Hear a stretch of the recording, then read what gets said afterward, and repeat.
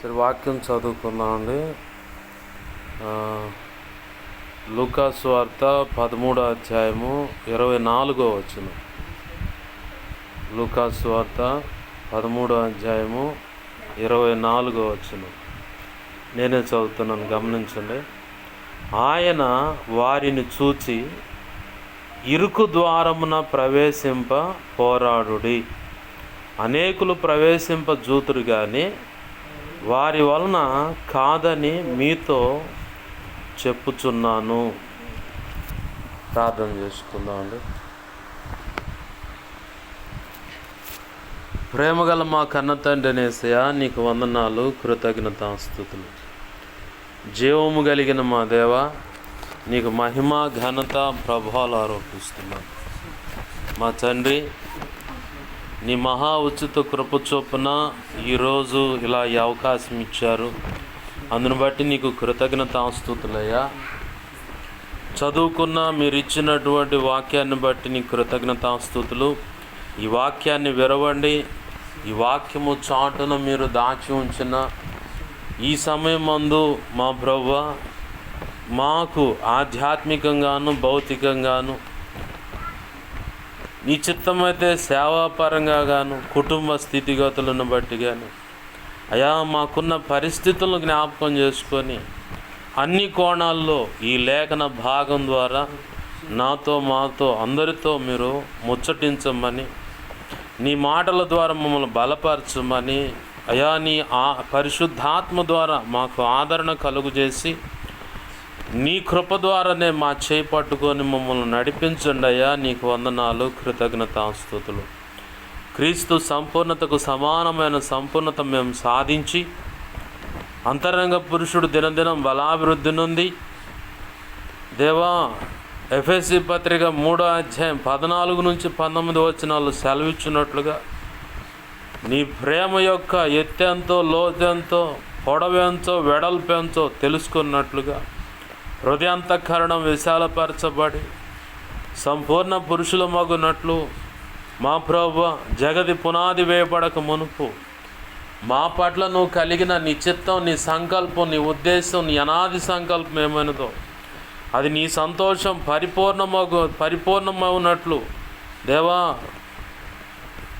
నీ సంతోషం పరిపూర్ణమగునట్లుగా అది మా ఎడల నెరవేర్చబడినట్లు, ఆ నెరవేర్చబడుతుండగా మా ద్వారా నువ్వు చేయించుకోవాలనుకున్న నీ పని ఏదైతే ఉందో అది కూడా సమర్థవంతంగా సంపూర్ణంగా నీ కృప ద్వారా మా వంతులో మేము నిలిచి అది నెరవేర్చి నిన్ను మహింపరచున్నట్లుగా దేవా, లేఖనం ద్వారా నువ్వు దిగోతండి, వాక్యము ద్వారా మాతో మాట్లాడి మాకు బోధించండి, మమ్మల్ని బలపరచండి, మా చేయి పట్టుకొని మీరు నడిపించండి. మాకు నడవటం చేత కాదయ్యా. ఎక్కడన్నా దేవా నువ్వు అనుకున్నట్టు నడవాలో మాకు చేత కాదు, ఎక్కడ దాటాలో మాకు చేత కాదు, ఎక్కడ మళ్ళీ నడవాలో కూడా మాకు చేత కాదయ్యా. యేసయ్యా, మా చేపట్టుకొని మేము నడవలసిన చోట మమ్మల్ని నీ వాక్యం ద్వారా నడిపించండి. దాటవలసిన చోట మమ్మల్ని ఎత్తుకొని నీవే దాటించండి. నడవలసిన చోట మమ్మల్ని దించి మా చేయి పట్టి నువ్వే నడిపించండి అయ్యా. నీ ఆలోచన చొప్పున, నీ మాట చొప్పున, నీ ఆత్మ చొప్పున మమ్మల్ని నడిపించండి అయ్యా. నీ గొప్ప కార్యాలు మా జీవితాల్లో జరిగించి తద్వారా అనేక జీవితాలను, కుటుంబాలను ప్రభువా మీరు కట్టండి, సమాజాలను ప్రభావితము చేయండి ప్రభువా. ఆ విధముగా నువ్వు మా జీవితాల్లో గొప్ప కార్యాలు జరిగించు నిమిత్తమై మాకు బోధించండి, మమ్మల్ని బలపరచండి అయ్యా. నీ వాక్యం వెలువడుతుండగా ఇదిగో తండ్రి, మా అందరికి వినగలిగిన చెవును, గ్రహించగల మనసును, లోబడు హృదయాన్ని, వాక్యానుగుణం జీవించే కృపను, హృదయ సున్నతిని, దిద్దుబాటు మనసును, నేర్చుకునే శుభగుణ లక్షణము, నిత్యత్వము చేరు పర్యాంత వరకు నిత్యం నీ పాద సన్నిధిలో శిష్యరకము చేస్తూ శిష్యులైన సేవక గణముగా సిద్ధపరచబడి ఘనమైన సేవ చేసి నేను మహింపరచుకునే భాగ్యం మాకు దయచేయండి ప్రభువా. అందుకే మాకు ఉపదేశించండి అయ్యా. నీకు స్తోత్రాలు తండ్రి. అయ్యా, ఇదిగో నీ పక్షం వహించిన నేను ఇదిగో బలహీనుడు ప్రభువా, ఎంత బలహీనో నీకు బాగా తెలుసు. అందుకే నీ కృప మీద ఆధారపడుతున్నాను, నీ మీదే అనుకున్నాను అయ్యా. నాలో నువ్వు కోరుకున్న పరిశుద్ధతను ఆశిస్తూ నా సమస్త అవిధేయతల, అతిక్రమ దోషాలు, పాప దోషాలు, ఆజ్ఞాతిక్రమలు క్షమించు ప్రభువా. నీ శిలువ రక్తముతో దేవా నన్ను కడగండి, పవిత్రపరచండి, నీ పరిశుద్ధాత్మతో నన్ను నింపండి ప్రభువా. దేవా నీ పరిశుద్ధాత్మగ్ని నన్ను పుటమే శుద్ధ సువర్ణంగా మార్చు. నీ పరలో శుద్ధ సువర్ణ తైలం నా నెత్తిమి ఇంకనూ గొప్పగా ఉంచి, అయా ఇదిగో తండ్రి ఆనంద తైలాభిషేకం నా మీద ఉంచి నీ గొప్ప కార్యాలు జరిగించమని బతిమలాడుతూ, అయా మాకు బోధించండి, మమ్మల్ని బలపరచండి, మాకు సహాయం చేయండి. అయా కనికరించండి. మత్తయి 10వ అధ్యాయం 1 వచనం 7, 20 వచనం ప్రకారం నీ కృప నాకు దయచేయి. యెషయా 51:16 ప్రకారం నీ కృప నాకు దయచేయి. అయా ఇదిగో ఇర్మియా 1వ అధ్యాయం 9, 10, 18, 19 వచనం నీ కృప నాకు దయచేయి. అయా ఇదిగో తండ్రి దేవా కనికరించండి. హెస్కేల్ 2వ అధ్యాయం 1, 2 వచనం ప్రకారం నీ కృప మాకు దయచేయండి ప్రభువా, నీకు స్తోత్రాలయ్యా. అయా సహాయం చేయండి. అపోస్తుల కార్యం 4వ అధ్యాయం 27, 28, 29, 30, 37 వచనం ప్రకారం నీ కృప నాకు దయచేయి. నన్ను బలపరచు ప్రభువా, నీకు స్తోత్రాలు తండ్రి. ఈ ఉపదేశాన్ని ప్రభువా వెలువడకుండా, నువ్వు అనుకున్నటువంటి ధారాళమైన నడిపింపు రాకుండా మా దేవ అడ్డుగా నిలిచిన అడ్డుపడుతున్న దుష్టుడు, వాడి దోతలు, చీకటి అంధకార శక్తులు, అవి ఇది ప్రాంతాన్ని పట్టి వెరిపిస్తున్న శక్తులు, చీకటి అంధకార శక్తులు ఏమున్నా వాటినోటి ప్రభావాన్ని యేసునామములో బంధించి అగాధ పాతాళం నిత్య నరకానికి అప్పజెప్పేస్తున్నాను ప్రభు యేసునామములో. దేవా నా చుట్టూరు, మా చుట్టూరు, మేమున్న గృహం, కాలనీ, ప్రాంతం సమస్తం చుట్టూరు, అయ్యా పట్టణం, గ్రామం సమస్తం చుట్టూ నీ సిలువ రక్తపు కంచె, రక్షణ ప్రాకం, అగ్ని ప్రాకం చుట్టూ కంచెగా నీ మహిమేగాన్ని ఇక్కడ ఆవరింపచ్చేయి. దేవా నీ సిలువ దిగో తండ్రి రక్తపు కంచెను మా చుట్టూ వేయి ప్రభు. నీ దేవదూతను అగ్నివంటి రథము సైన్స్ చుట్టూ కావలిగా ఉంచు. దేవా ఇదిగో తండ్రి నీ కనుదృష్టి ముఖాన్ని తేజమని వెలుగు మాపై ప్రకాశింపచ్చు. సన్నిధి కాంతి మాపై ప్రకాశింపచ్చు. సర్వోన్నతుని శక్తి నన్ను మమ్మల్ని కమ్మునుగాక. దిగో తండ్రి విసుగు, నిద్ర, దేవ అలసత్వం, చేదర, దేవా ఇది నిద్రమత్తు యేసునామములో వాటినాడు ప్రభావాన్ని బంధిస్తున్నాను తండ్రి. నీ గొప్ప కార్యాలు జరిగించు దేవా. నీవే అగ్ని ప్రాకారమే మా చుట్టూ నిలవు. నువ్వు మాకు బోధించి బలపరచమని నీవిచ్చిన వాక్యాన్ని బట్టి నీ కృతజ్ఞతాస్తుతులు చెల్లిస్తూ మా ప్రియుడును మా రక్షకుడైన యేసయ్యను తనంత శక్తిగల నామమును అడిగి వేడుకొని ప్రార్థన సమస్తం పొందుకొని నీ కృపాహస్తాలకి సమస్తం అప్పచెబుతూ నేను గొప్ప చేసుకుంటూ నన్ను మమ్మల్ని ఉపదేశాన్ని నీకు అప్పచెబుతున్నా మా తండ్రి. ఆమేన్. ప్రభునందు సమకూడిన మీ అందరికీ మరొక మారు ప్రభు అయిన యేసుక్రీస్తు వారి పేరిట నా హృదయపూర్వకమైన వందనాలు. చదువుకున్న లేఖన భాగంలో ఒక మాట ఏంటంటే ఇరుకు ద్వారము అనేది ఒకటి ఉంది. అలాగనే దానిలో ప్రవేశించటానికి పోరాటం అని చెబుతున్నాడు. ప్రభు అయిన యేసుక్రీస్తు వారే పోరాడాలి.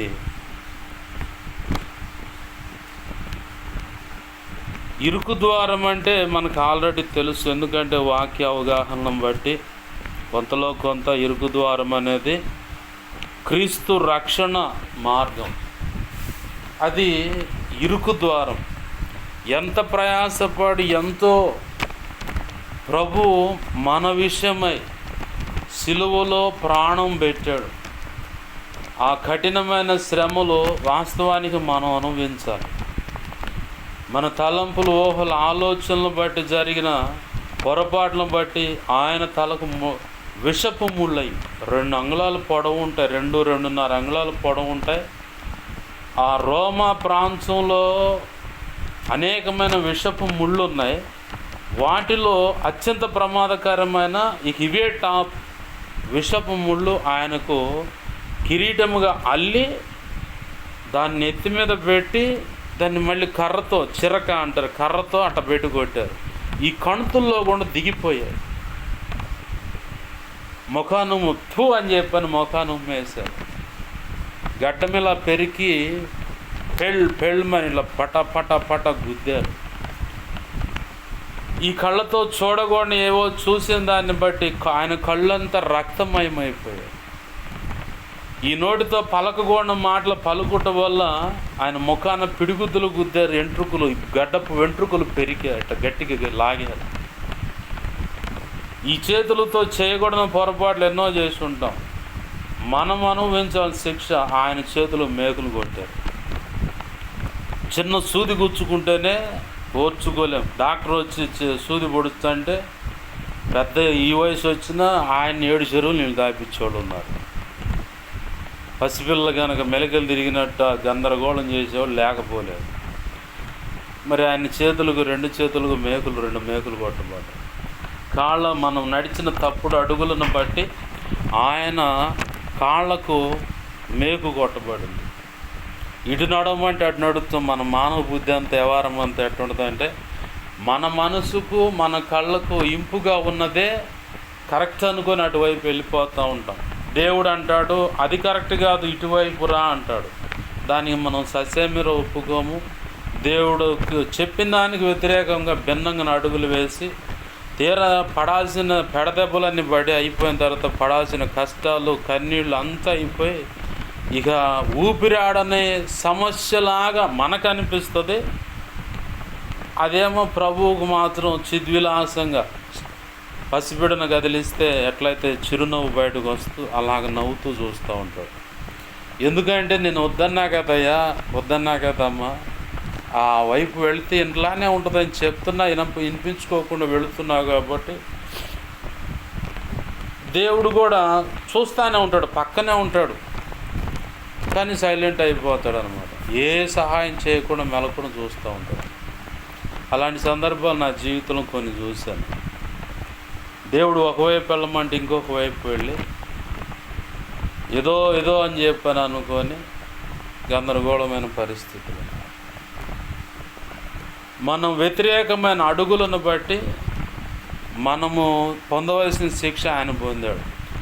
ఈ శరీరంతో ఎన్నో పాప కోరికలు మన శరీరాన్ని రేపుతూ ఉంటుంది. శరీర ఆశలు, కామ వాంఛలు తీర్చుకోవటానికి రకరకాలుగా శరీరం ప్రేరేపిస్తూ ఉంటుంది. సర్వసాధారణంగా దేవుడు స్త్రీ పురుషుల్లో అవి కావాలని పెట్టాడు. ఆయన చెలించు అన్నప్పుడు అది చెలిస్తుంది. ఆ ఉత్ప్రేరణ అనేది ఉంటుంది. కొంతమంది ఇప్పుడు ఎలా ఉందంటే సెల్ ఫోన్స్ వచ్చాయి, ఆండ్రాయిడ్ ఫోన్లు, దాంట్లో ఇక ఎంత లోతుకు వెళ్ళిపోయినా కానీ ఇక అవి దొరుకుతున్నాయి. రహస్యంగా ఉండవలసిన దాంపత్య జీవితం కాస్త ఇవాళ వీడియోల రూపంలో 8 సంవత్సరాల మగపిల్లల కానుంచే చూస్తూ ఉన్నారు. అవి చూడటం, ఇంకేదో అనుకోవటం, ఇంకొక రకంగా బ్రతకం. ఈ శరీరంతో చేసే నీచమైన కార్యాలను బట్టి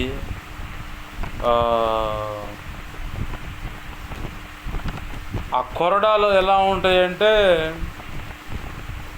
చేపల గాలానికి గాలం ఉంటుంది కదా, గాలం వేసేసి ఆ గాలం లాగా ఉంటాయంట ఆ కొరడాకు ఇనుపవి. అట్లా పట్టుకోగానే అది అమాంసంగా మాంసాన్ని చీల్చుకొని బయటకు వస్తుంట. ప్యాషన్ ఆఫ్ క్రైస్ట్ సినిమాలో ఆ హీరో అంటే యేసుప్రభు వారి పాత్ర పోషించిన అతనికి ఇంకొక చర్మపు తొడుగును తొడిగారు ఆయన. మన మానవ చర్మం లాంటి ఒక చర్మపు తొడుగుని ఆయనకు తొడిగారు. తొడిగితేనే ఒక్క కొరడా దెబ్బ కర్రకు కట్టేసి కొడతా ఉంటారు. ఒక్క కొరడా దెబ్బ అట్లా తగలంగానే ఈ డూపు చర్మం కాస్త ఇంకా లోతుకి వెళ్ళిపోయింది. ఆ కొరడ బాగా ఇంకా లోతుకి వెళ్ళిపోయి అసలు చర్మాన్ని చీల్చింది. అసలు చర్మాన్ని చీల్చగానే ఆ పాత్ర పోషించడానికి ఒప్పుకున్నటువంటి ఆ వ్యక్తి ఏమన్నాడంటే, యేసు ప్రభు వారి గురించి పూర్తి సువార్త నాకు చెప్పు అన్నాడట. పూర్తి సువార్త నాకు చెప్పనగానే ఆయన పూర్తి సువార్త చెప్పగానే, బాప్తిస్మ అనుభవంలో లేకుండా నేను ఈ పాత్ర పోషించడం కరెక్ట్ కాదు, ముందు బాప్తిజం పొందుతానని చెప్పని బాప్తిజం పొంది ఆ తర్వాత ఆ తొడుగు చర్మాన్ని ప్రత్యేకంగా డూప్ చర్మాన్ని పైన పెట్టి దాన్ని కొరడాలతో కొట్టారు. ఆ కొరడాలతో కొట్టేటప్పుడు గమనించండి, ఆ చర్మపు పీసులు బయటికి వస్తూ ఉంటాయి. అలా లేఖనం ఏముంటుందంటే, నాగల చాళ్ళ వలె దున్నబడింది, కురూపిగా రూపమే లేకుండా మారిపోయాడు, రక్తపు ముద్ద అయిపోయాడు. ఈ హృదయంలో మనసులు ఎన్నో తప్పుడు అభిప్రాయాలు పుడుతూ ఉంటాయి. ఇర్మియా 17:10లోన ఏముంటుంది మాట, హృదయము అన్నిటికంటే మోసకరమైనది, అది ఘోరమైన వ్యాధి కాదు. ఎందుకంటే మన హృదయం మనకు అసలు నిలకడగా ఒక్క చోట కూడా ఉండదు. సస్యమీర మనమైనా ఒకళ్ళు ఎవరన్నా మాట చేస్తే ఆ నిలబడి అంతే చూస్తూ ఉంటాం. కానీ మన మనసు హృదయం మాత్రం అమెరికా కూడా పోయొచ్చు. మన హృదయానికి మనసుకు అంత చెలించే అంటే కదిలేటువంటి వ్యక్తిత్వం దానికి ఉంది. మరి ఇట్లాంటి హృదయానికి ఆయనకి ఏం జరిగిందంటే ఈ దారి నుంచి ఆ దారికి ఈట పొడిశారు. ఇవన్నీ మనకు తెలిసినవి. అయితే ప్రభు అంటున్నాడు, రక్షణ బాప్తీస అనుభవంలోకి వచ్చిన మనకి ఇవన్నీ తెలుసు, కానీ బాప్తీస అనుభవంలోకి వచ్చాం. ఏదో మన కుటుంబ పరిస్థితులు బాగోలేదనో, ఇంకేదో మెరాకిల్ జరుగుతుందనో, ఇంకేదో అయిద్దని చెప్పని నమ్ముకున్న వాళ్ళేమో ఆ కొద్ది సమయం అలా ఉంటున్నారు, జారిపోతున్నారు.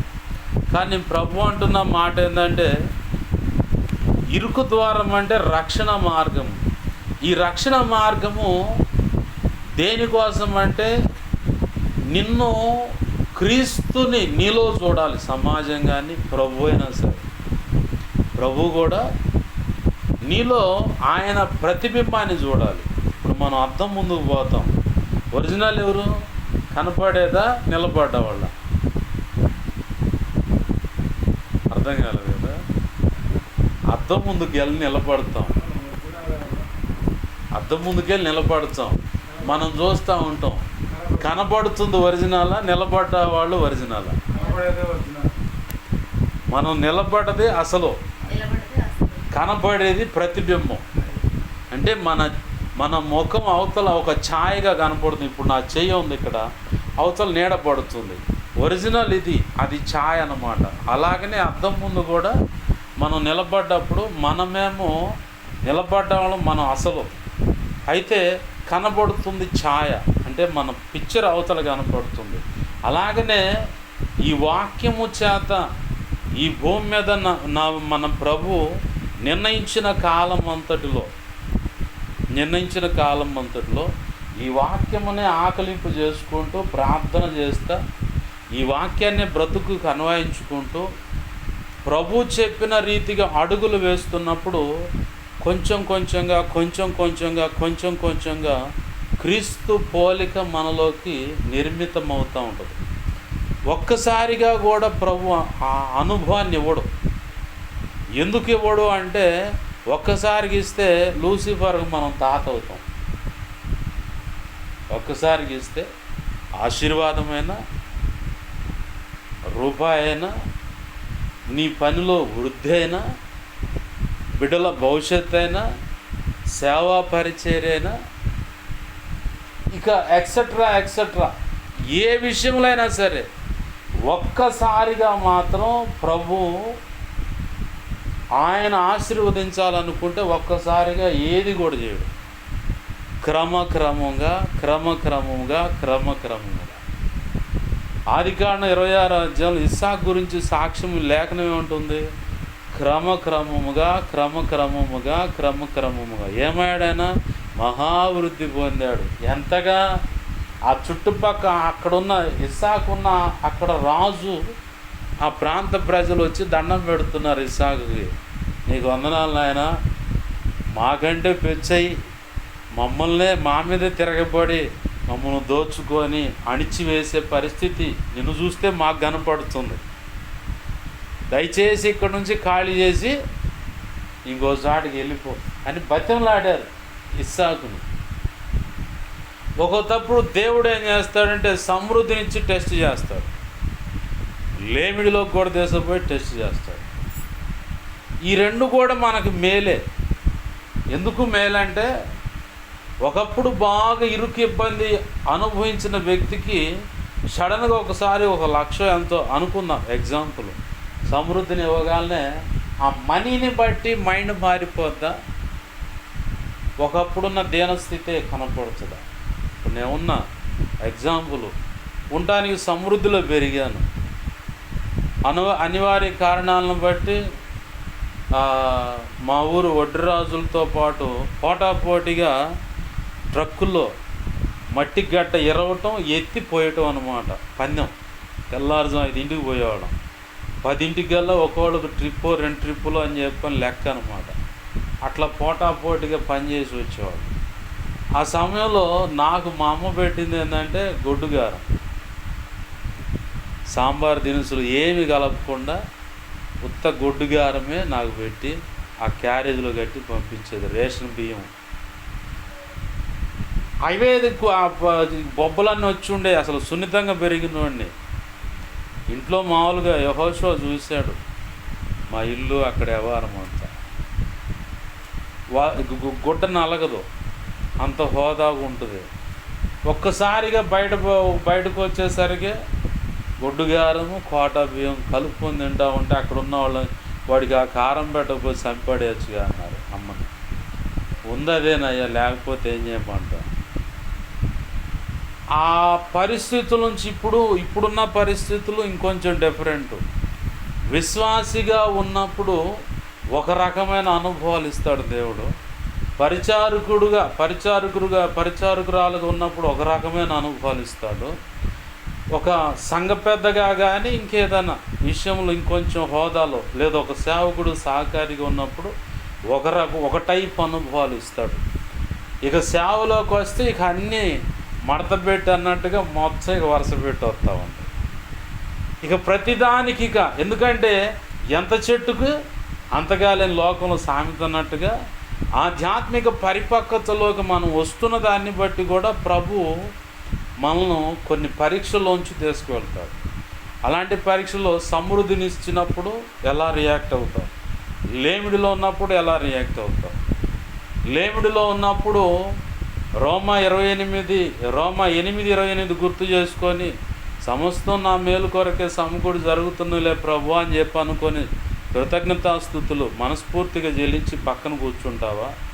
కన్నీరు విడిచినా సరే ప్రభువును సణగకుండా మౌనం దాల్చి ఆయన వైపు చూస్తావా?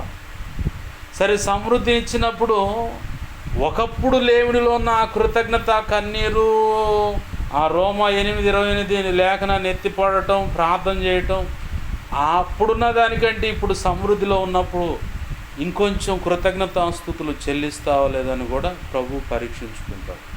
ఈ పరీక్షలో ఖచ్చితంగా చాలా జాగ్రత్తగా ఉండాలి. చాలా జాగ్రత్తగా లేకపోతే మాత్రం ఖచ్చితంగా సైతాన్ గాడు పక్కన వచ్చి కూర్చొని చూసావా, దేవుడు అని నమ్మావు, బాగానే ఉంది, ఏం చేశాడు నీకు? ఇంట్లో ఎవరు మాట ఏందో, పిల్లలు మాట ఏందో, భార్య మాట ఏందో, భర్త మాట ఏందో, సమాజంలో నీకు విలువ ఉందా? అసలు ఆ దేవుడు నమ్ముకోవటం వల్ల నీకేమొచ్చింది? ఎంత కరెక్ట్ కాదులే కానీ నా మాటిని ఒకప్పుడున్న మార్గానికి వెళ్ళిపో అని చెప్పినోడు ఉచిత సలహా ఇస్తాడు మన మనసును వాడుకొని. అలా పదే వాడు ప్రేరేపిస్తూ ఉంటాడు. లేదంటే పద్దాకలా ఆ అమ్మాయి లేదా ఆయన నోరు జారుతుండగా ఏమో నువ్వు శాతగానోడు అని చెప్పని ఇక రేపుతుడు అనమాట.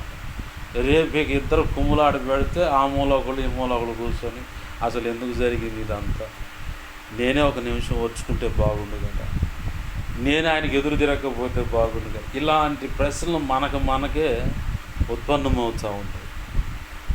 తగాద పెట్టేది వాడే, పక్కన కూర్చొని వీళ్ళేం చేస్తారో చూసేది వాడే. చివరికి బాధపడుతున్నప్పుడు కూడా ఇంత పని చేశావు కాబట్టి దేవుడు నిన్ను సచేమిరా క్షమించడు. ఏం ముఖం పెట్టుకుని ప్రభువులో చేయొద్దు, సిగ్గుండొద్దు నీకు అని చెప్పి వాడే మనకు సలహా ఇస్తాడు. మళ్ళీ అన్ని రకాలుగా వాడే, అన్నీ చేసేది వాడే. ప్రకటన 12 ప్రకారం వాడికి సమయం కొంచెము తక్కువగా ఉంది కాబట్టి సాధ్యమైనంత వరకు బహుక్రోధంతో ప్రతి ఒక్కళ్ళని జడగొడటానికి, దేవుడు అనుకున్న మార్గంలోకి వాళ్ళని వెళ్ళనీయకుండా ఆపటానికి వాడి వంతుగా వాడు పోరాడుతూ ఉంటాడు. అందుకనే మన వంతుగా మనం కూడా పోరాటం సలుపుతూ ఉంటాం. ప్రభు పాదాలు పట్టుకొని ఆయన సన్నిధిలో మోకాళ్ళ మీద ఉండి ప్రార్థన, అలాగే అందరి కోసం విజ్ఞాపన చేస్తూ, వాక్యం చదువుతూ, ఉపవసిస్తూ, అవకాశం ఉన్నప్పుడు జాగరణ ప్రార్థన, సంఘంలో ఉన్న వ్యక్తిగతంగా ప్రభు సన్నిధిలో గడుపుతూ మన వంతుగా మనము కృషి చేస్తూ ఉంటాం, ప్రయత్నం చేస్తూ ఉంటాం. అయితే ఈ ప్రయత్నం చేసే విషయాల్లో అప్పుడప్పుడు మన సొంత ప్రయత్నాన్ని ఉపయోగపెడతాం. ఆ సొంత ప్రయత్నం ఉపయోగపెట్టినప్పుడు ఏమైందంటే ఒక మెట్టు ఎక్కుతాం, మళ్ళీ ఏదైనా దగలంగా మళ్ళీ ఒక మెట్టు దిగుతాం, ఒక మెట్టు ఎక్కుతాం, మళ్ళీ అమ్ముండి దాగలను వెనక్కి దిగుతా. ఎలా ఉంటుందంటే పిల్లగాడిని ఉయ్యాలేసి ఊపినట్టే, అడిపోద్ది మళ్ళీ ఇటుపోతుంది, అడిపోద్ది ఇడిపోద్ది. ఇదే పని. ఇక రెండో మెట్టు, ఇంకా మూడో, ఇప్పుడు ఒక మెట్టు ఎక్కావు, ఆ నెక్స్ట్ మెట్టు ఎక్కడానికి వాడు ఒప్పుకోడు. ఆ నెక్స్ట్ మెట్టు నువ్వు ఎక్కావంటే ప్రభు యొక్క అత్యధికమైన కృప, ఆశీర్వాదం, సమృద్ధి, అది ఆధ్యాత్మికంగానో భౌతికంగా నువ్వు పొందటానికి వాడు ఒప్పుకోడు. వాడికి తెలిసిందల్లా ఒక్కటే, రక్షణ బాప్తీసం పొందిన వాడిని ఇరుకులో పెట్టాల. ఇరుకులో పెట్టి నలుగురి చేత నానా మాటలు అనిపించాలి. ముందు సమాజంలో వాడు చేసే పని అదే.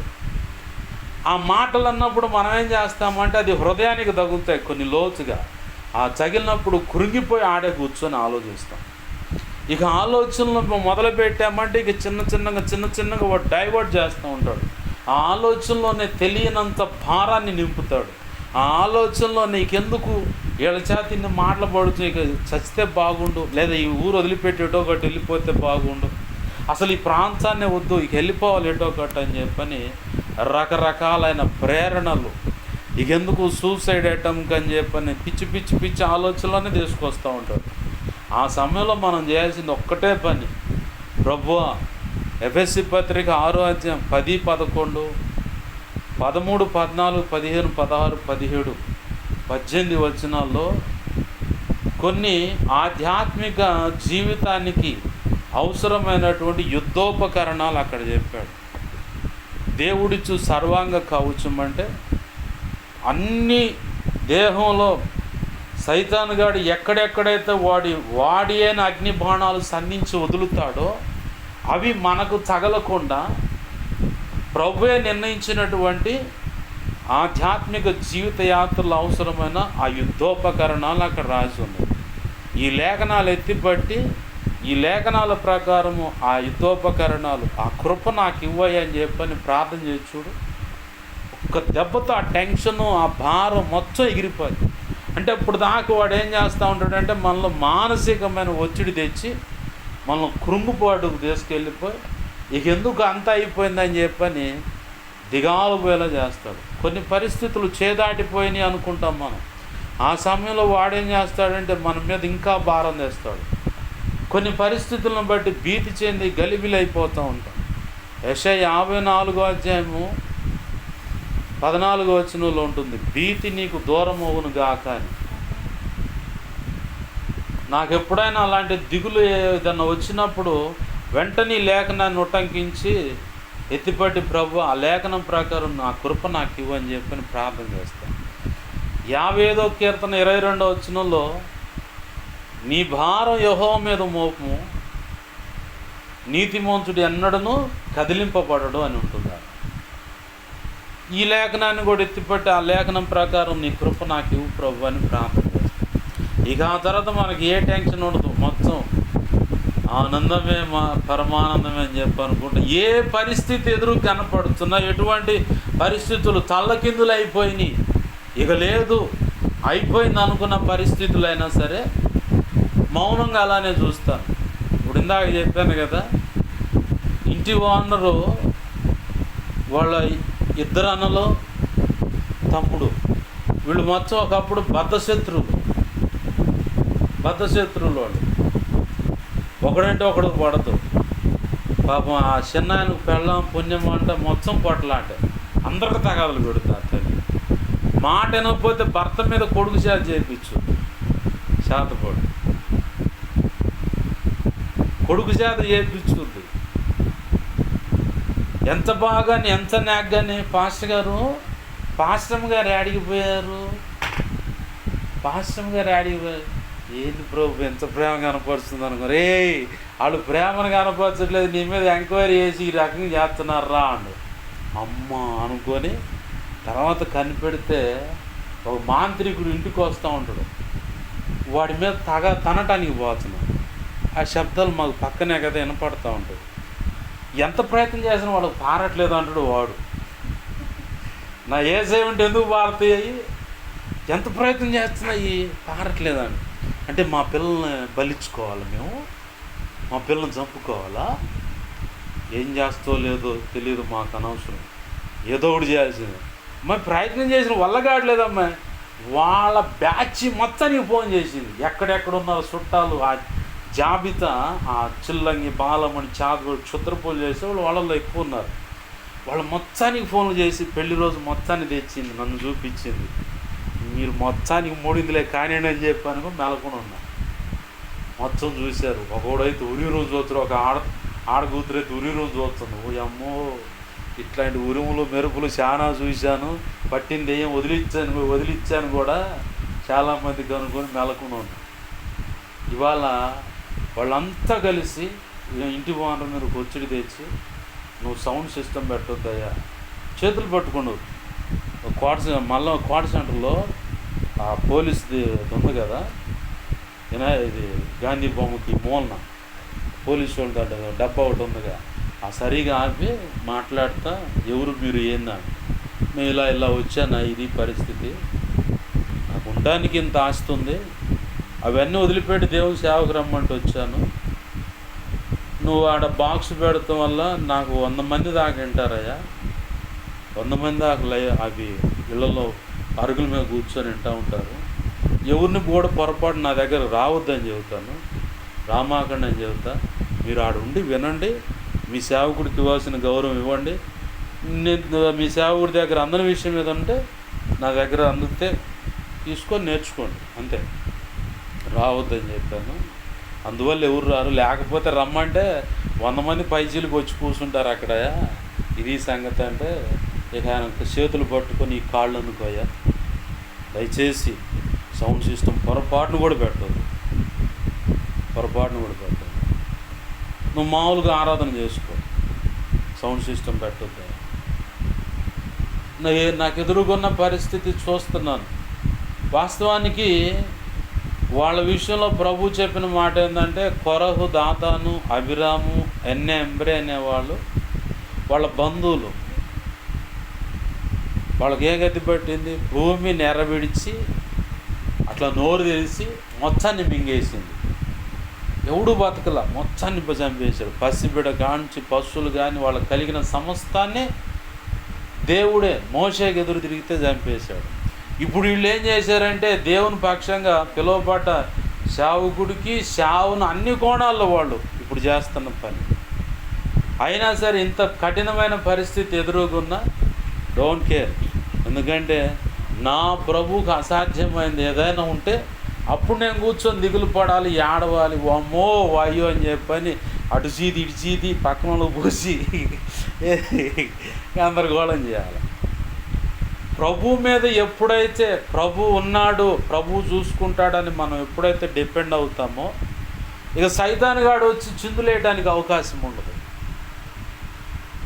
వాడు సేవ జరగకుండా కానీ, నేను ఆధ్యాత్మికంగా ఎదగకుండా కానీ, ఇంకనూ సంఘ బిడ్డలు స్థిరపరచబడి ప్రభు కృప పొందుకొని ప్రభువులో కొనసాగకుండా వాడు ఇరుకు కలిగిస్తూ ఉంటాడు. మనమేమో మోకాళ్ళ మీద ఉండి పోరాటం సల్పిస్తూ ప్రభు పాదాలు పట్టుకుంటే ఆయన కృప మనకు తోడైంది.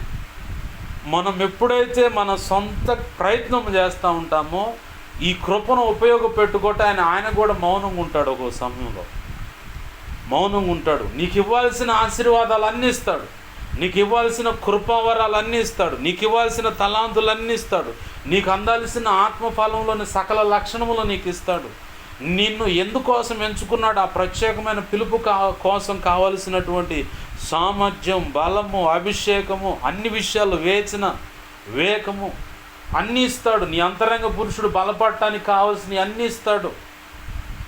నీ కుటుంబాన్ని కట్టుకోవడానికి కావాల్సిన జ్ఞానం ఇస్తాడు, సేవకు అవసరమైన సిద్ధపాటుని ఇస్తాడు, వస్తున్న సమృద్ధిని కూడా దీవిస్తాడు, అంతా చేస్తాడు. కానీ ఎక్కడో ఒక చోట మాత్రం ఖచ్చితంగా మెలగబెడతాడు, ప్రభువే మెలగబెడతారు. ఏంది సాక్షి? ఎక్కడుంది ఆ సాక్ష్యం అంటే 2 కొరింథీ 12వ అధ్యాయము 2వ వచనం కాడ నుంచి 10వ వచనం గమనిస్తే పౌలు గారు అంటాడు, వెన్నుపూస బాగా నింపుడుతుందయ్యా, ప్రభువా అని ముమ్మారు బతిమలాడితే యేసయ్య సమాధానం ఇచ్చాడు, అది అలా ఉండని. అదేంది ప్రభు అంటే, అది అలా ఉండని, నా కృప నీకు చాలు అన్నాడు. దేవునికి మహిమ కలుగునుగా. హల్లెలూయా. ఎప్పుడైతే మనము బలహీనులం, కృప మీద ఆధారపడేది ఎప్పుడంటే బలహీనులం అయితేనే కృప మీద ఆధారపడతాం. సైతాన్ గాడు ఏం చేస్తాడంటే మన శక్తిని, మన జ్ఞానాన్ని, మన ప్రయత్నాన్ని ఉపయోగపెడతానికి వాడు పురికొలుపుతాడు. నీకేం తక్కువైంది, నీకేం జ్ఞానం తక్కువైందా, బలం తక్కువైందా, నువ్వు ప్రయత్నం చేస్తే ఎవరు ఏది సహాయం చేయరు, ఎవరు ఎటు నుంచి ఆ పనిరా, ఇంకేదైనా చేయరని చెప్పని వాడు మనల్ని రెట్టిస్తూ ఉంటాడు. ఎందుకంటే ఇరుకులో పెడతాను. తెలియగలవాడు చేసే పని ఏంటంటే నాకేమి జాత కాదు, నీ దగ్గర నీ మీద ఆధారపడుతున్నా, నువ్వే చూసుకో. ఎప్పుడైతే ప్రభు మీద పూర్తిగా డిపెండ్ అయిపోయి ఆయన మీద మనం ఎప్పుడైతే ఆధారపడతామో ఆయన కృప ఆశ్చర్యకరంగా మనం అడగక ముందే ఆయనే రిలీజ్ చేసి, నా మీద ఆధారపడ్డావు కాబట్టి నీకు ఏది లోటు లేకుండా నేను చూసుకుంటాను. దేవునికి మహిమ కలుగునుగా. నేను అదే పని చేశా.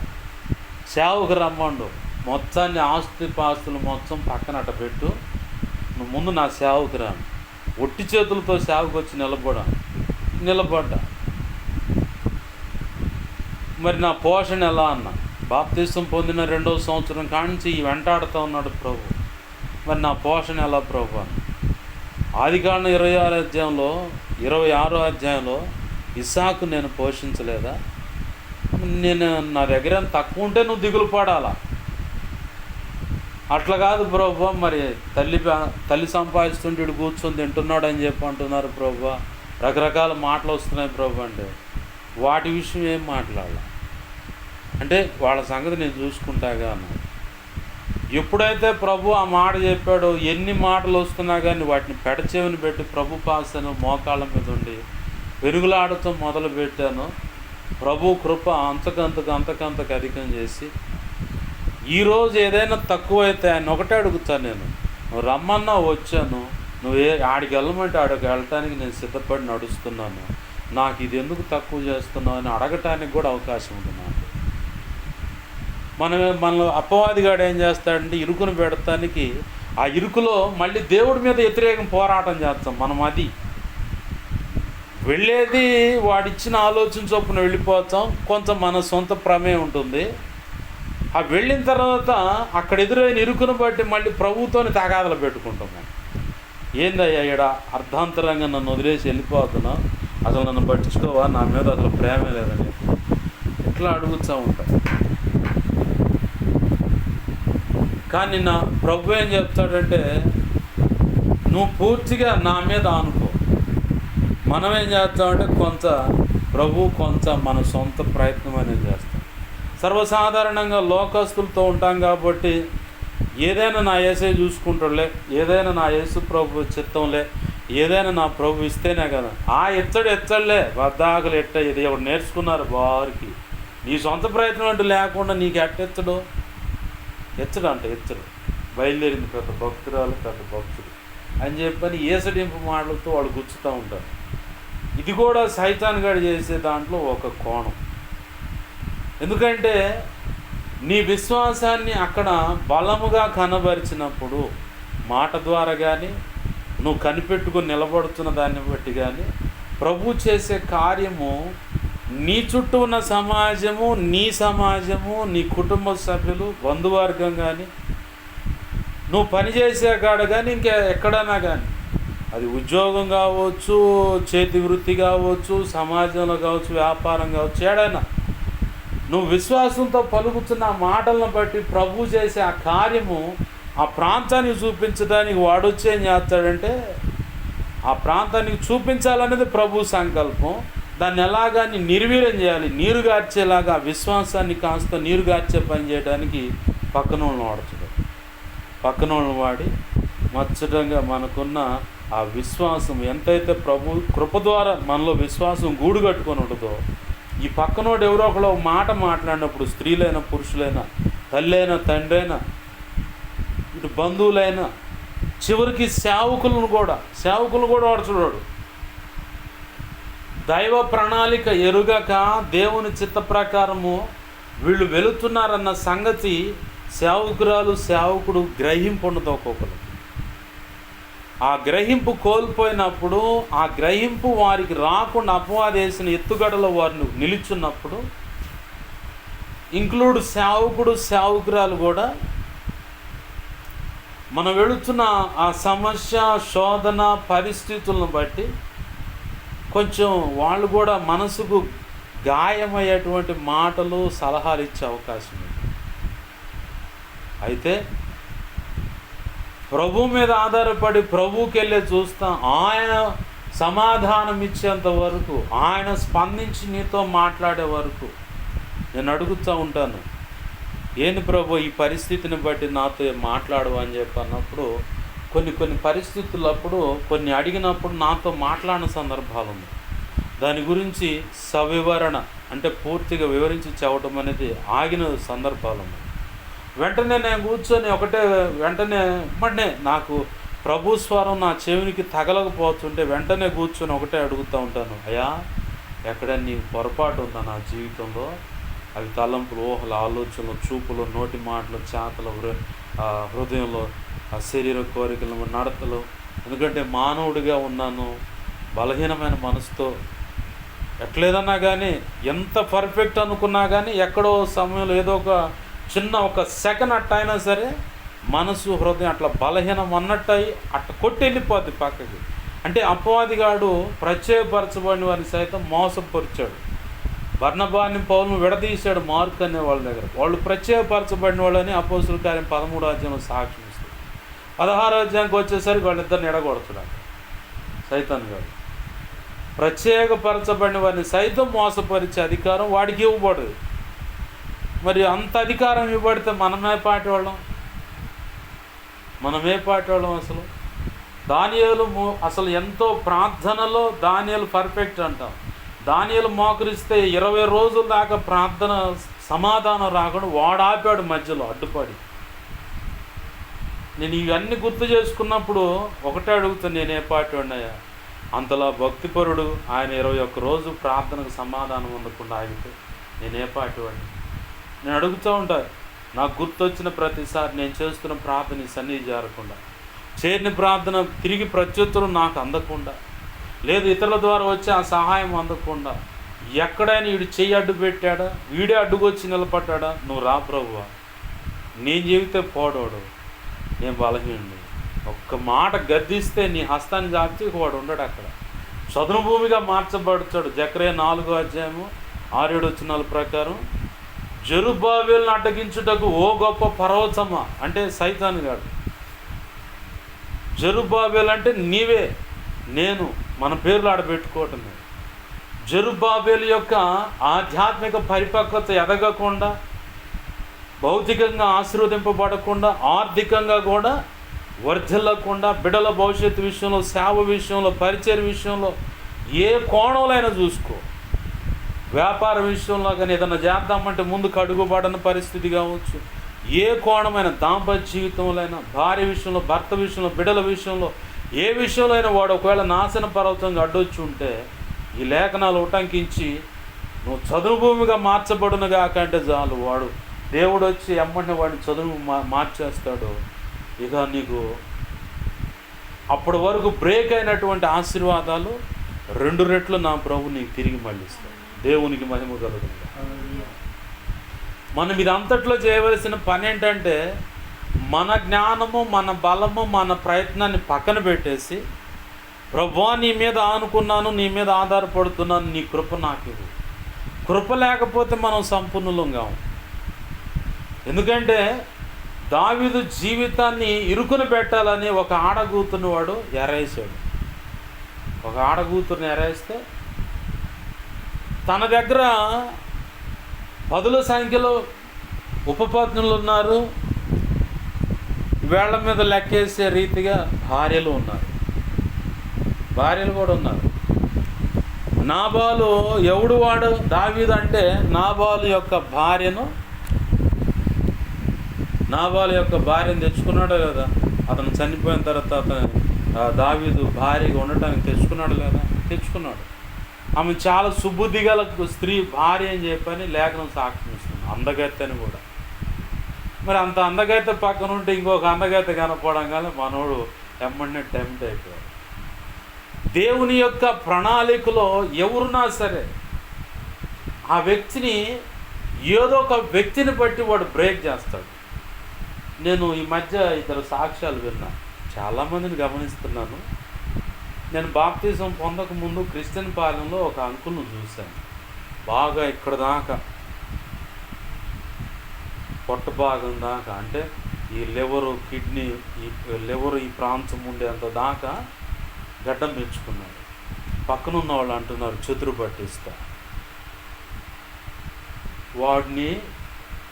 వాడు ఒకళ్ళని ప్రేమించాడయా.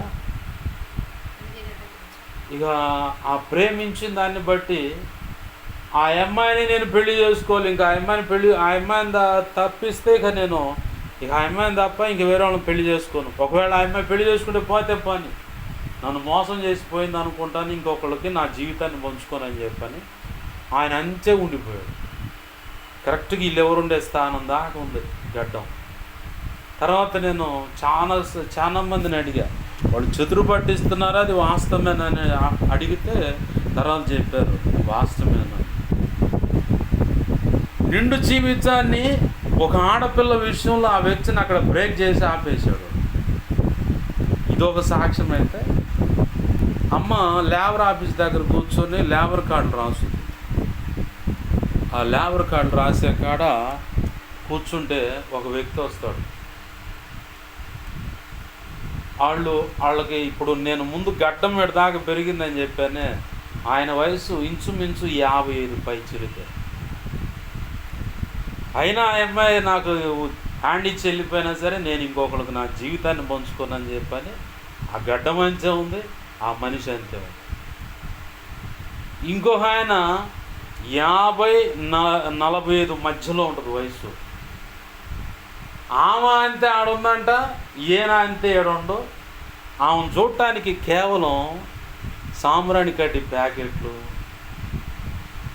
ఏంది సూర్య డిజిటల్ కూడా చూసాను, సాంబ్రాణి కడ్డి ప్యాకెట్లు, బ్లీచింగ్ పౌడర్ పొట్లాలు, 10 రూపాయలు బ్లీచింగ్ పౌడర్ పొట్లాలు చిన్న నల్ల బ్యాగులో పెట్టుకొని తిరుగుతూ ఉంటాం. అమ్మ కూర్చొని ఒకరోజు ఎంక్వైరీ చేసింది, ఏం చిన్నోడా ఏం సంగతులు, భార్య పిల్లలు ఎంత ఏంటి అని చెప్పాను. భార్య ఏడుంది, పిల్లలు ఎంతమంది, ఇలా ఎంక్వైరీ చేస్తే పెళ్ళే కాలేదు. ఎందుకనంటే నేను ఒక అమ్మాయిని ప్రేమించాను. మరి ప్రేమిస్తే పెళ్లి చేసుకోవచ్చు కంటే మేమిద్దరం అంతే ఉన్నాం. మరి అంతే ఉంటుంది ఇప్పుడు ఎంత వచ్చిన వయసు అంటే. దేవుని సంకల్పం ఒకటైతే సైతాన్ గాడు ఇరికించటం అన్నమాట. తీసుకుపోయి ఆ వ్యక్తిని అక్కడ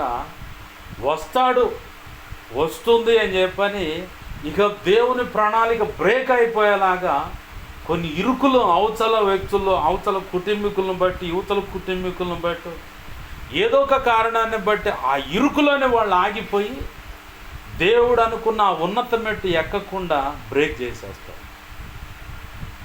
సైతాన్ గాడు చేసే పని. ఈ ఇరుకుల్లో ఇరక్కపోయిన వాళ్ళు చాలామంది ఉన్నారు, కోకొల్లలుగా సమాజంలో, క్రైస్తవ లోకంలో కూడా ఉన్నారు. కానీ దావీదును అలాగని ఇరికించడానికి బెర్షెబా అనే ఒక ఆమెను వేసాడు. ఎరేస్తే పిల్ల బీటుగా పడ్డాడు. అంతటితో ఆగితే బాగుండు, ఆహా ఈ పిల్ల బాగుంది కాబట్టి ఆయన భర్త ఉంటే ఆమె చేసుకోవద్దు కాదు. భర్త చనిపోతే తీసుకెళ్ళవచ్చు, బంధుధర్మాన్ని బట్టి తీసుకొని వెళ్ళిపోయి భార్యగా చేర్చుకోవచ్చు. అంటే భార్యగా చేర్చుకున్నాడంటే ఆమె ఇతనికి దగ్గర బంధువులు ఎవరో, ఏదో ఒక కోణంలో దగ్గర బంధువు అన్నమాట. భార్య ఉంది, భర్త చనిపోతే ఇక ఆమెను భార్యకి ఇతను తెచ్చుకోవచ్చు. పాత నిబంధన ప్రకారం బంధుధర్మం అనేది నెరవేర్చడానికి, ఆ బంధుధర్మం నెరవేర్చబడటానికే రూతు మోయాబీరాలు నయమమ్మ ఏం చెప్పింది, నయోమి గారు నీ విషయంలో న్యాయం చేయడానికి ఒకడు ఉన్నాడమ్మా, ఇక్కడ చచ్చిన వాళ్ళకి బతికిన వాళ్ళకి న్యాయం జరిగించేవాడు బోయాజ్ అనేవాడు ఉన్నాడు, అతను మాత్రమే నీకు చేయాల్సిన న్యాయం చేయగలడు, ఇంకెవరు చేయడండి. అతని దగ్గర పోయి అడిగితే నాకంటే ముందు ఒకడు ఉన్నాడు అంటాడు. అట్లా అతను నేను ఆ బంధుధర్మం నెరవేర్చను, నేను నాకు వద్దు అని చెప్పంటే అప్పుడు బోయాజు బాధ్యత తీసుకొని ఆమెను భార్యగా స్వీకరించి బంధుధర్మాన్ని నెరవేర్చి బిడ్డను కంటాడు. ఈ క్రమం ఉంది. ఇదే క్రమాన్ని దావీదు ఏం చేశాడంటే, భర్త ఉంటే మాత్రం ఆమెను తెచ్చుకోవడం కరెక్ట్ కాదు, అది వ్యభిచారం అనే లెక్కలోకి వెళ్ళిపోద్ది. ధర్మశాస్త్రం బాగా తెలిసినోడు కదా. వెళ్ళిపోయి భక్తురాళ్ళు అనుకున్న వాళ్ళని బిల్లబీటుగా పడేయటం ఇదే. అక్కడికి తీసుకెళ్ళి వాళ్ళని ఇరుకుని పెట్టాలని వాడు ఎంతో ప్రయత్నం చేస్తే పడ్డాడు. రక్తాపరాధం అనే నింద ఆ దోషం మీద పడ్డది. కానీ ప్రభు అంటాడు, నిన్ను చంపాలి వాస్తవానికి, కానీ నీ పొరపాటును బట్టి నీ కడుపును పుట్టిన బిడ్డను దేవుడు మొత్తాడు పో అంటాడు. తర్వాత తన నోటి నుంచి వచ్చిన ఆ తీర్పును బట్టి 4 బిడ్డలు చనిపోవటం అనేది జరుగుతుంది, సాక్ష్యంగా కనపడుతుంది. ప్రతి ఒక్క వ్యక్తిని కూడా సైతాన్ని గాడు ఇలా ఇరుకుని పెడతానికి ప్రయత్నం చేస్తాడు. ఎన్నో సమస్యలు దావీదు ఎదుర్కొన్నట్టు కనపడుతుంది. పిల్లనిచ్చిన మామే చంపటానికి తరుగుతాడు ఒక లెక్క, ఆ తర్వాత కడుపును పుట్టిన కొడుకే చంపటానికి తరుగుతాడు ఒక లెక్క. రాజ్యాల మీదకు పోతే శత్రుదేశపు రాజులు కాదు ఇతను ధరిమింది, సొంతోళ్ళు ధరిమారు. ఎట్లయినా సరే దావీదు ఆ సింహాసనం ఎక్కకూడదు. దావీదు ఆ సింహాసనం ఎక్కితే ఆ సింహాసనం శాశ్వత కాలముగా నిలిచి ఉంటుందన్న దేవుని ఆశీర్వాదం అసలు ఆ వాగ్దానం అతను పొందకుండా ఆగిపోతాడు. ఆ సింహాసనం మీద దేవుడు ఒకడు ఉండకుండా బోడు అన్నాడు కాబట్టి ఆ ఒకడు ఉండకుండా బోడు అనడానికి కారణం ఎందుకంటే ఆ దావీదులో నుంచే, ఆ వంశంలో నుంచే, ఆ యోధా గోత్రం నుంచే ఈ లోక రక్షకుడు ఈ భూమికి పరిచయం కాబోతున్నాడు. పరిచయం అవటమే కాదు, ఆయన ఈ భూమి మీద ఉండి 3.5 సంవత్సరాలు, అంటే ఈడుకొచ్చిన తర్వాత 33.5 సంవత్సరాలు ఈ భూమి మీద బ్రతికి తనకు తానుగా అప్పచెప్పుకొని మరణమై 3వ రోజు తిరిగి లేచి పునరుద్ధానము ద్వారా అనేకులు ఇలాగా ఎత్తబడతారన్న సాక్ష్యాన్ని చూపించాడు. మళ్ళీ రాబోతున్నాడు. ఈ తంతంతా జరగకుండా ఆపాలంటే దావీదును పిల్లనిచ్చిన మామతోన్నా చంపించాలా, లేదంటే కొడుకుతోనా చంపించాలా. మన జీవితాల్లో కూడా ప్రభు అనుకున్న ఆ ఉన్నత శిఖరము మనం ఎక్కాలంటే మన తర్వాత భావి తరాలు ఈ రకంగా అంటే ప్రభు సంకల్పంలో ఆశీర్వదింపబడాలని నిర్ణయించి ఉంటాడు. ఆ ఆశీర్వాదము పొందుకోకుండా వీడేం చేస్తాడంటే మన అనేవాళ్ళను, ఇరుగు పొరుగు వాళ్ళను, ఎవరో ఒకళ్ళను వాడుకొని ఎట్లయినా సరే ప్రభు నిర్ణయించిన ఆ శాశ్వతమైన ఆశీర్వాదం మొదటిగా నువ్వు పొందకూడదు. ఆ పొందకుండా ఉండాలంటే ఏ కోణంలో నుంచైనా సరే వాడు ఏదో ఒక రకమైన ప్రయత్నం చేయడానికి పూనుకుంటాడు. అయితే మనం చేయాల్సిన పని ఏంటంటే ఆయన చాటుకి వెళ్ళిపోవాలి. దేవునికి మహిమ కలుగును గాక. దావీదేమన్నాడు, నా దాగు చోటు నీవే, నా కొండ, నా కోట, నా ఆశ్రయపురమ్మ, నా ఆశ్రయ దుర్గమ్మ అంటే కొండ, నాకు ఆశ్రయం, నేను ఉండటానికి ఆశ్రయం అని అడిగితే కొండ నువ్వు. ఆశ్రయపురం అంటే పొరపాటు చేసినాడు గబగబా వెళ్ళిపోయి, ఇప్పుడు జైలు అంటారు కదా, అలాంటిది ఆశ్రయపురం. వెళ్ళిపోయి దూరటమే. బ్రతకటానికైనా రక్షణ పొందటానికైనా ఆశ్రయపురం అయ్యాడు. నా దాగు చోటు అంటే అంత పక్కన దాక్కోవటానికి నువ్వేనాయా అని చెప్పని కృప గురించి ఎక్కువగా వర్ణించి పాడిన వ్యక్తి దావీదు. అలాగూ నిలబడ్డాడు కాబట్టి, ఆయన్నే ఆధారం చేసుకొని ఆయన కృప మీద ఆధారపడ్డాడు కాబట్టి ఎన్ని వేదనలు ఎదురైనా, ఎన్ని కన్నీళ్ళ పరిస్థితులైనా, ఎన్ని ఒంటరి దినాలైనా, అసలు చచ్చిపోదాం అనుకున్న పరిస్థితులు వచ్చినా పక్కవాడే నమ్మబలికి వచ్చి పక్కనున్న వాళ్ళే వాళ్ళకైన గాయాన్ని బట్టి అసలు ఈ వ్యక్తిని చంపితే పోద్దిరా, అసలు వీడే కారణం ఇదంతా జరగటానికని రాళ్ళెత్తి చంపబోతే తన దేవుణ్ణి బట్టి ధైర్యం తెచ్చుకొని ఎఫోదు ధరించి దేవుని సన్నిధిలో మోకరించి, ప్రభువా ఇంత నష్టం జరిగింది కదా, అది మొత్తం నేను సంపాదించుకోగలనంటే తెచ్చుకుంటావా. పోయాడు, తెచ్చుకున్నాడు. దోచుకొని వచ్చింది కూడా వీడినే చంపాలన్న వాళ్ళకు కూడా తలా కాస్త పంచి ఇచ్చాడు. తలా కాస్త పంచి ఇచ్చాడు. మనతో పాటు 400 మందిలో 200 మంది ఆడ ఆగిపోయారు, 200 మంది ముందుకు పోయాం. మనం కష్టపడితే వాళ్ళకి ఇచ్చేది ఏంది అన్న వాళ్ళను కూడా కాదు, యుద్ధానికి వచ్చినోడికి యుద్ధ ఆయుధాల దగ్గర కావలున్నవాడికి కూడా సమానంగా పంచాలని చెప్పని వీళ్ళు అంతకుముందు ఏం చేశారు, భార్య బిడ్డలు మొత్తాన్ని దోచుకొని పోతే రాళ్ళు తీసుకున్నారు. వీడేరా కారణం మన వాళ్ళకి ఈ గతి పడటానికి అని చెప్పి చంపడానికి ప్రయత్నం చేశారు. అంతకుముందు ఏం చెప్పారు, దావీదు రాజా నువ్వే రాజువి, నీ వెనకాలే ఉంటాం. అప్పుల బాధలు, ఈ బ్యాచ్ అంతా అప్పుల బాధల బ్యాచ్ మొత్తం 600 మంది వచ్చి అసలు మా ప్రాణం అవసరం మీద పెడతాం అన్నవాళ్ళు ఈ పరిస్థితికి రాగానే రాళ్లతో కొడటానికి వచ్చారు. అలాంటి వాళ్ళని సైతం పొయ్యి తరుముకుంటా అవతల వ్యక్తులను తరుముకుంటా వెళ్ళి వాళ్ళ బిడ్డలు సమస్తాన్ని భార్యను కూడా పట్టుకొచ్చుకొని అసలు ఆ దేశపు యొక్క ప్రాంతం ఏ ప్రాంతాలకు వెళ్ళి ఆ మొత్తాన్ని దోచుకొని తిరిగి వచ్చి ఆ బంగారం వెండి మొత్తం లెక్కలేసుకొని కళాకాస్త పంచుకున్నారు. దావీదు అనొచ్చుగా, దుర్మార్గులు రైళ్ళు ఒక్క బంగారు కమ్మి కూడా ఇవ్వకండి వాళ్ళకని చెప్పని అనొచ్చుగా. ఏం మాట్లాడాల, ఏం మనసులో పెట్టుకోలే, తెలియదు అనుకున్నాడు. మౌనం దాల్చాడు, అందరికి పంచండి అన్నాడు, మామూలుగా వెళ్ళిపోయాడు. చరిత్రలో నిలిచిపోయాడు దావీదు. ఇరుకు ద్వారమందు పోరాటము మనం అడుగు పెట్టాం. ఈ పోరాటంలో ఈ ద్వారమందులో ఈ ఇరుకు ద్వారంలో ప్రవేశించడానికి మనం పోరాడాలి. పోరాడితేనే మనకు జయము. ఎందుకులే అనుకొని అనుకుంటే నీకు బహుమతి దొరకదు. పోరాడినోడికి దావీదు గురించి ఏం చెప్పారు, 40 రాత్రులు 40 పగళ్ళు గొలియాతు సవాలేసి నీచమైన మాటలు మాట్లాడుతుంటే ఎక్కడోడు ఆడు బిగుసుకొని బిర్రుగా ఆడాడ బిగపట్టుకొని లోపల మదన పడ్డారు. రాజు పోయి మూల కూర్చుంటాడు. దావీదు రాగానే సున్నతి లేని వీడు జీవము గల దేవుని సైన్యాన్ని తిరస్కరించుటకు వీడు ఎంతటి పాటు కూడా ఒక అవకాశం ఉండి ఒక దెబ్బతో లేపేస్తామన్నాడు. దావీదుకి యుద్ధం నైపుణ్యం ఉందా? ఏమి లేదు. తన దేవుణ్ణి బట్టి బలం తెచ్చుకున్నాడు, వెళ్ళిపోయాడు. వడిసెల రాయి 5 రాళ్ళు ఏరుకున్నాడు, ఒక రాయిని ఉపయోగపెట్టాడు. ఆ వెనక నుంచి దేవుని హస్తం తోడైంది. ఒక్కటి దెబ్బ రాయి ఇసిరేస్తే ప్రభు అటుపడాల్సిన ఇటుపడేస్తే మచ్చటంగా గొలియాతు కత్తి తీసుకొని గొలియాతు తల నరికి చేత్తో పట్టుకొనొచ్చు. దావీదుకు కిరీటం వచ్చిందా, సౌలుకు వచ్చిందా కిరీటం?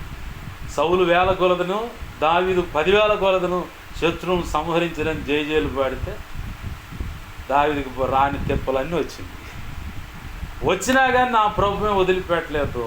నా ప్రభు తనని అంతకంతకు సౌలు దావీదుకు దేవుడు తోడే ఉన్నాడన్న సంగతి గ్రహించి భయపడ్డాడు. మన జీవితాల్లో కూడా మనం ఎదుర్కొంటున్న పరిస్థితులను బట్టి కూడా ప్రభు వైపు చూస్తూ ముందుకు సాగిపోతూ ఉంటే ఖచ్చితంగా నీకు దేవుడు తోడే ఉన్నాడు సంగతి నీ సమాజం, నీ ఇంటిలో వాళ్ళు, నీ కుటుంబీకులు, నువ్వు పనిచేసే అక్కడ అందరూ చూస్తారు. కాకపోతే ఇక్కడ మౌనం దాల్చి ఆయన మీద ఆధారపడటం అనేది నేర్చుకోవాలి. ఆయన మీద ఆధారపడి ఆ ఇరుకు ద్వారమున ప్రవేశించడం నాకు చేత కాదు. అయితే నీ కృప నాకు ఇచ్చి నన్ను నడిపించు ప్రభు, నన్ను ఆ పోరాటంలోకి ముందుకు చెయ్యి ప్రభు అంటే ఖచ్చితంగా ప్రభు నడిపిస్తాడు. ప్రభు నిర్ణయించిన ఆ కిరీటం, ఆ బహుమతి మనకిచ్చి మన ద్వారా అనేక జీవితాలను, అనేకమైన వ్యక్తులను, అనేకమైన కుటుంబాలను, వంశాలను, సమాజాలను, రాష్ట్రాలను, దేశాలను కూడా నా ప్రభు ఆశీర్వదిస్తాడు. అటు కృప ప్రభు యొక్క మహా ఉచిత కృప చొప్పున మనందరికీ అనుగ్రహించునుగాక. ఆమె. రండి ప్రార్థన చేసుకుందాం. ప్రభుని అడుగుదాం. ప్రభువా కనికరించండి. ఇరుకు ద్వారమును ప్రవేశించటం మాకు చేత కాదయ్యా. అయ్యా ఇదిగో తండ్రి, అపవాదిగాడు మా జీవితాలను ఏదో ఒక రకంగా ఇరుకును పెట్టాలని, ఇంకేదో చేయాలని ప్రభువా వాడి ప్రయత్నం వాడు చేస్తూ ఉన్నాడు. కానీ నీ మహా ఉచిత కృపే మమ్మల్ని ఇప్పటి వరకు కూడా అయా నిలవబెట్టింది. నీ మహా ఉచిత కృపే అయా మమ్మల్ని ఈ రీతిగా ఈ సమయం ముందు అయా ఇంతవరకు నడిపించింది. నీ కృప లేకపోతే అయ్యా మేము ఎందుకు పనికిరాం ప్రభువా. నీ కృప ఉంది కాబట్టే మా బ్రతుకులు ఇంతవరకు నడిపించబడ్డాయి అయ్యా. మా కుటుంబాలు ఇంతవరకు నడిపించబడ్డాయి అయ్యా. మా కుటుంబాలు నీ కృపను బట్టి నాకు కట్టబడ్డాయి అయ్యా. మా బిడ్డల యొక్క జీవితాలు కూడా నీ కృపను బట్టి కట్టబడ్డాయి ప్రభా, ఈ స్థితికి వచ్చాయి. అందును బట్టి నీ కృతజ్ఞతాస్తుతులు తండ్రి. అయా నీ కృప లేకపోతే మేము వ్యర్థులమేనయ్యా. అయా అయా కనికరించను ప్రభా. ఎక్కడైనా మా సొంత నీతి, సొంత ప్రయత్నాన్ని, సొంత బలాన్ని ఉపయోగపెట్టుంటే అయా మమ్మల్ని క్షమించండి, క్షమించండి, క్షమించండి ప్రభా. అయా కనికరించండి, అయ్యా కనికరించండి. అయా నీ కృప ద్వారానే సమస్త కార్యాలు జరిగించండి అయ్యా. నీ కృప ద్వారానే సమస్త కార్యాలు జరిగించండి అయ్యా. అయా ఇరుకు ద్వారమున ప్రవేశించుట పోరాడుడి అన్నావు ప్రభా. అయా ఇదిగో తండ్రి, పోరాటంలో ఎలా పోరాడాలో కూడా మాకు తెలియదయ్యా. అయా ఇదిగో తండ్రి, ఆధ్యాత్మిక జీవిత పోరాటంలో మాకు అవసరమైన ఇదిగో తండ్రి యుద్ధోపకరణాలు దేవ లేఖనంలో పొందుపరిచి ఉంచావు అయా. ప్రతి నిత్యము ప్రతిరోజు ఆ యుద్ధోపకరణాలు ధరించి నీ కృప ద్వారా మా ఎదుటించబడిన పరుగు పందెంలో ఇదిగో తండ్రి ఇరుకు ద్వారమున ప్రవేశించుటకు పోరాడి ప్రభు ఆ ఇరుకు ద్వారమును ప్రవేశించి అయా నువ్వు నిర్ణయించిన ఉన్నతమైన ఆశీర్వాదాలు నీ కృప ద్వారా మేము పొందుకొని నీ కృపలో వర్ధిల్లే భాగ్యం మాకు దయచేయండి ప్రభు. అయా నువ్వు ఇవ్వకపోతే మేము వ్యర్థులమైపోతాం అయా. అయా నీ కృప లేకపోతే మేము బలహీనులమే ప్రభు.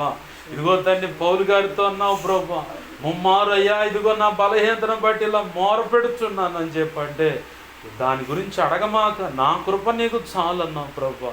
పౌలు గారు అంటున్నాడు, నేను ఎప్పుడు బలహీనుడనో అప్పుడు నా ప్రభు కృపను బట్టి నేను బలవంతుడను. నేను ఎప్పుడు బలహీనుడు అప్పుడే బలవంతుడు అని చెప్పాను అంటున్నాడు ప్రభు. అయా మేము చూడటానికి ఇదిగో తండ్రి బలంగా ఉన్నట్టు లోకానికి కనపడతాం. దేవ మా ఎదుటిన్న సంఘానికి కూడా మేము బలవంతులము భక్తిపరులమని కనపడుతుంటాం. కానీ ప్రభు నీ కృపను బట్టి మేము ఇలా ఉన్నామయ్యా. నీ కృపను ఆధారం చేసుకోక ఇదిగో తండ్రి ఇప్పటి వరకు మేము ఒకవేళ బలంగానే ఉన్నాం అనుకున్నాం, మేము పొరపాటులో బ్రతుకుతున్నట్లయితే ఒప్పుకుంటున్నాం, క్షమించండి ప్రభు. నీ కృప మీద ఆధారపడి ఇదిగో తండ్రి ఇంకనూ బలవంతులమై ఇదిగో తండ్రి బలవంతుని చేతిలో బాణముల వలె ప్రభు నీ పనిలో ఉపయోగపడినట్లు సహాయం చేయండి అయ్యా. ఇదిగో తండ్రి ప్రభు నీ సంకల్పం చొప్పున ఇదిగో ప్రభు ప్రతి ఒక్క బిడ్డ పట్ల ఒక సంకల్పం కలిగి ఉంటావు.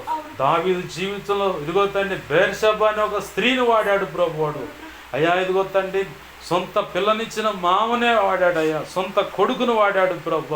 అలాగ మా జీవితాల్లో ఇదిగో తండ్రి ఏ స్త్రీని కానీ ఏ పురుషుని కానీ ప్రభు ఈ మాటలు వింటున్న బిడ్డల జీవితాల్లో ఏ స్త్రీనైనా ఏ పురుషుడైనా అడ్డుపెట్టేవాడు అయ్యా. నీ సంకల్పంలోకి వెళ్లకుండా నీ సంకల్పం చొప్పున నువ్వు నిర్ణయించిన ఆ శ్రేష్టమైన ఆశీర్వాదము అయ్యా పొందుకోకుండా ఒకవేళ ఇదిగో తండ్రి అడ్డుకట్టగా ఏ వ్యక్తులైనా మా జీవితాల్లో ఉన్నట్లయితే ప్రభువా క్షమించండి అయ్యా. మేము దేవా విడిచిపెట్టాలి ప్రభువా. కనికరించండి అయ్యా, కనికరించండి ప్రభువా.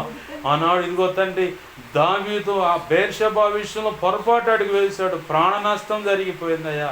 అయ్యా 4 ప్రాణ నష్టం జరిగిపోయింది ప్రభువా. తను బ్రతికినంత కాలం ఆ విషయంలో పశ్చాత్తాపడుతూనే బ్రతికాడు అయ్యా. ఆయనను నీ కృప మాత్రం ఎడం చేయలేదు ప్రభువా. అయ్యా ఇదిగో తండ్రి దావీదుకు ఇదిగో తండ్రి యోధా గోత్రంలో ఒక సింహాసనం ఉంటుందని, ఆ సింహాసనం మీద ఒకడు ఉండకుండా పోడని చెప్పని దావీదుకు మాట ఇచ్చావు. అలాగనే దావీదును ఆ సింహాసనం ఎక్కించి పట్టాభిషేకం చేసి ప్రభువా అభిషేకించి రాజుగా నిలబెట్టి 40 సంవత్సరాలు పరిపాలన జరిగించావు ప్రభువా. అదే సింహాసనాన్ని అదే దావీదు కడుపున పుట్టి ప్రభువా యేసయ్యా నీవు అధిష్ఠించావు, ఆ సింహాసనం ఎక్కున్నావు. ఇదిగో తండ్రి గొప్ప శాశ్వతమైన ఆశీర్వాదము దావీదు ద్వారా సకల ప్రజలకు అందవలసి ఉండగా దేవా ఇదిగో ఆ బెర్షెబా దగ్గర వాడు ఎలాగైనా సైతాన్ని గాడు ఇరుకును పెట్టి ప్రభువా వేదన కలుగు చేశాడయ్యా. కానీ నీ కృప మీద ఆధారపడ్డాడు కాబట్టి దావీదు ఆ శ్రేష్టమైన ఆశీర్వాదం మా అందరికీ అందేలాగా చేశాడు ప్రభువా.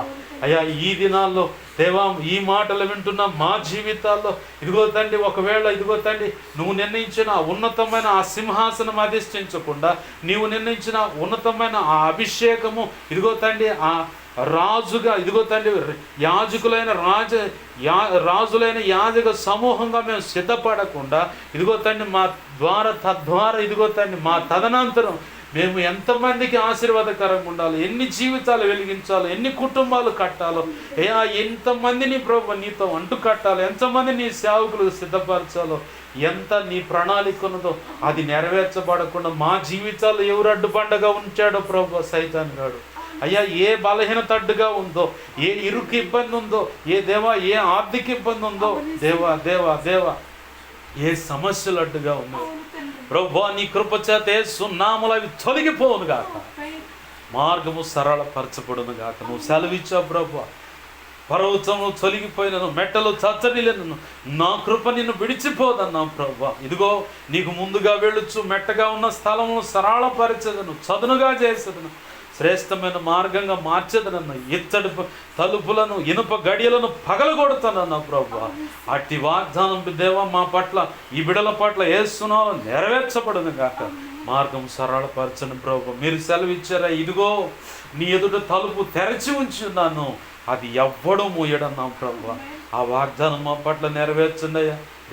దేవా అన్ని కోణాల్లో ఇదిగో తండ్రి ఆశీర్వాదాల ఆధ్యాత్మిక భౌతికమైన ఆశీర్వాదాల యొక్క ద్వారాలు యేసునామములో రిలీజ్ చేస్తున్నాను ప్రభు. అయ్యా దేవాని ఆ ద్వారాలు యేసునామములో తెరవబడును గాక. నీ గొప్ప కార్యాలు జరిగించు అయ్యా, సహాయం చేయి. ఇప్పటి వరకు ఒకవేళ అపవాది కలుగు చేసిన భ్రమలో పడిపోయి అయ్యా ఇదిగోద్దండి మేము ఎక్కడ తప్పడడుగులు పడ్డాయో అవి తెలుసుకోక ఒకవేళ గ్రహింపు లేక బ్రతికుంటే అయ్యా ఒప్పుకుంటున్నాం, క్షమించండి అయ్యా. ఇక నుంచి నీ కృప మీద ఆధారపడి నీ మీద అనుకొని ప్రభువా మేము బలహీనమని గుర్తెరిగి మా భక్తి అయిన నీతైన పరిశుద్ధత అయిన వాక్య ధ్యానమైన గంటల తరబడి ప్రార్థన చేసిన అది కేవలం నీ కృపను బట్టే. మా సొంత మేమేమీ చేయలేమయ్యా, మాకేది చేత కదా ప్రభువా, మాకేది చేత కదయ్యా, బలహీనం ప్రభువా. మాకు ప్రార్థనే చేయడం చేత కాదు, నీలో నిలబడటమే చేత కాదు, నీ కొరకు బ్రతకటమే చేత కదయ్యా. అయ్యా కనికరించు ప్రభా. నీతో ప్రభా నడుచుటకు అయ్యా నీతో కలిసి నిలుచుటకు మాకు చేత కాదు ప్రభా. అయ్యా నీ కృపను బట్టి ఇది సాధ్యమవుతుందయ్యా, నీ కృపను బట్టి ఇది సాధ్యమవుతుంది ప్రభా. అయ్యా మేము ఎంత బలహీనమో నీకు బాగా తెలుసు అయ్యా. ఎన్నో ప్రయత్నాలు చేశాం, ఎన్నో విఫలాలు ఎదుర్కొన్నాం ప్రభా. ప్రతి ప్రయత్నంలో ఎదురు దెబ్బలే, ప్రతి ప్రయత్నంలో నిందల అవమానాలే, ప్రతి ప్రయత్నంలో ప్రభువా ఇదిగో తండ్రి హృదయానికి లోతైన గాయాలేనయ్యా. అయ్యా ఇప్పటి వరకు సొంత ప్రయత్నం చేస్తుంటే ఒప్పుకున్నాం, క్షమించు ప్రభువా. ఇక నుంచి నీ మీద ఆధారపడి బ్రతుకుటకు సహాయించి మాకు ఎలా నడవాలో మాకు చేత కదా, మా చేపట్టుకుని నడిపించయ్యా. అయ్యా ఎలా ఏ పరిస్థితులను దాటుకొని వెళ్ళాలో మాకు చేత కదా, మమ్మల్ని ఎత్తుకొని దాటించయ్యా. అయ్యా ఎలా ఎక్కడ అడుగులు వేయాలో, ఎవరితో ఎలా వ్యవహరించాలో, ఎలా మాట్లాడాలో కూడా మాకు తెలియదు అయ్యా. అన్ని విషయాలు వేచిన దయచే ప్రభా, వివేకమును దయచే ప్రభా, వేచిన ఆత్మను దయచే ప్రభా. అయ్యా నువ్వు అనుకున్న పోలికను అంతరంగంలో మొదటిగా తీసుకురా ప్రభా. అంతరంగ పురుషుడు దినదినం బలాభివృద్ధినందేలా దీవించయ్యా. క్రీస్తు సంపూర్ణతకు సమానమైన సంపూర్ణత మాలో కలుగు చేయి ప్రభా. అయ్యా నువ్వు అనుకున్న సంపూర్ణులుగా నన్ను మమ్మల్ని చేయండి ప్రభా. నీకే స్తోత్రాలు. ఇది నీ కృప ద్వారానే జరుగుతుందయ్యా, నీ వాక్య ఉదక స్నానం ద్వారా జరుగుతుంది ప్రభా. నువ్వు అనుకున్న వధువులుగా మమ్మల్ని సిద్ధపరచండి ప్రభా. అన్ని విషయాలు కృప అనుగ్రహించండి అయ్యా. ఈ కుటుంబ అవసరతలన్నీ నీ కృప చేత యేసునామములో తీర్చబడును గాక. వారి కష్టార్జితం ఆశీర్వదింపబడును గాక. బిడల భవిష్యత్తు ఆశీర్వాదకరంగా ఉండును గాక. ప్రతి అడుగు, ప్రతి ప్రయత్నం, ప్రతి ఆలోచన, ప్రతి ప్రయాణము నీ కృప ద్వారా ఆశీర్వాదకరంగా మార్చబడును గాక. దేవా నీ గొప్ప కార్యాలు జరిగించు. నువ్వు మాత్రమే మహిమ పొందండి అయ్యా.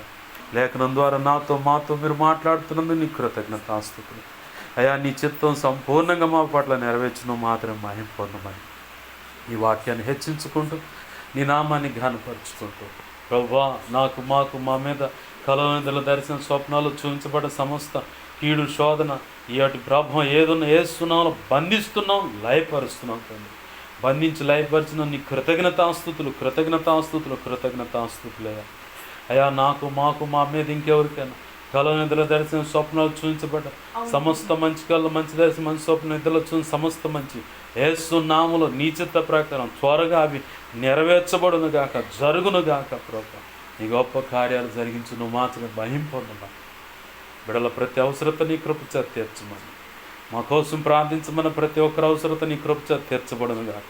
పరిచయ విషయంలో దేవా మా విషయంలో ప్రార్థిస్తున్న ప్రతి ఒక్కరిని దీవించి వారికి రావాల్సిన దేవుని దయచేసి నీ సేవలకు బలంగా అభిషేకించి వారి నీ సేవలు వాడుకోండి.